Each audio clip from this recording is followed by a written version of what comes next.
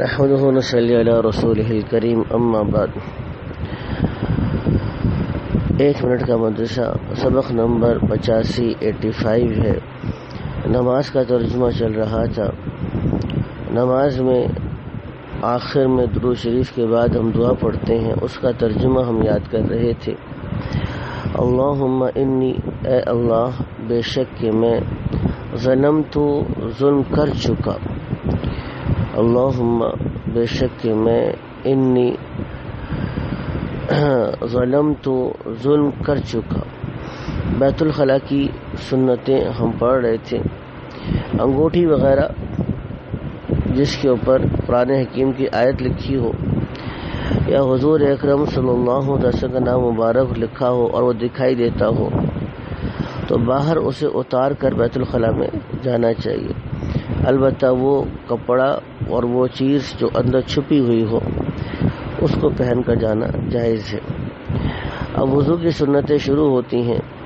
وضو کی نیت کرنا، مثلا یہ کہ میں نماز کے مباح ہونے کے لیے وضو کرتا ہوں، تو وضو کی نیت کرنا بھی اور نماز کی نیت کرنا یا تلاوت قرآن کی نیت کرنا بھی سنت ہے۔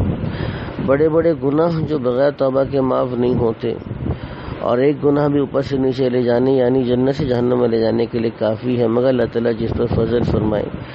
کسی کے نقصان پر خوش ہونا، تکبر کرنا یعنی اپنے آپ کو بڑا اور دوسروں کو اپنے مقابلے میں حقیر سمجھنا، فخر کرنا یعنی اپنی بڑائی جتانا۔ گناہ کے نقصانات جو دنیا میں پیش آتے ہیں، تعریف کرنے والا خود اس کی برائی کرنے لگتا ہے کہ گناہ گار کی عظمت اور محبت دل سے نکل جاتی ہے۔ بخاری شریف کی حدیث ہے کہ جو شخص کسی کے زمین سے بغیر حق کے ذرا سی بھی لے لی جائے یعنی ناجائز قبضہ کر لے، قیامت کے دن اس کو 7 زمین میں دھسایا جائے گا۔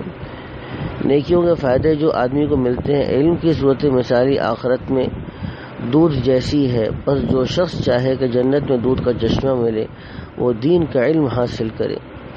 آخرت میں نماز کی صورت مثالی مثل نور کے ہے، بس جو شخص چاہے کہ قیامت کے دن اس کے پاس پل صراط پر نور رہے تو نماز کا خوب اہتمام کرے۔ اللہ تعالی ہم کو بھی پورے کے پورے دین کی برکات نصیب فرمائے۔